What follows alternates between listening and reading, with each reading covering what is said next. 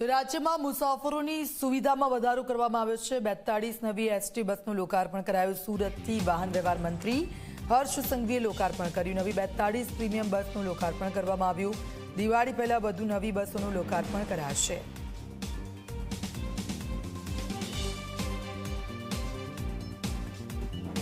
આજે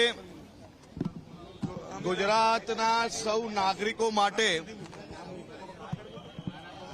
राज्य सरकार द्वारा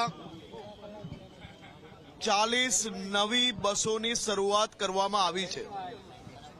सूरत खातेथी आजे आ बसों ने लीली झंडी आपवामां आवी छे। छेल्ला 2 वर्षमां 2000 थी वधु नवी बसों राज्यना नागरिकोनी सुविधाओमां मूकवामां आवी छे।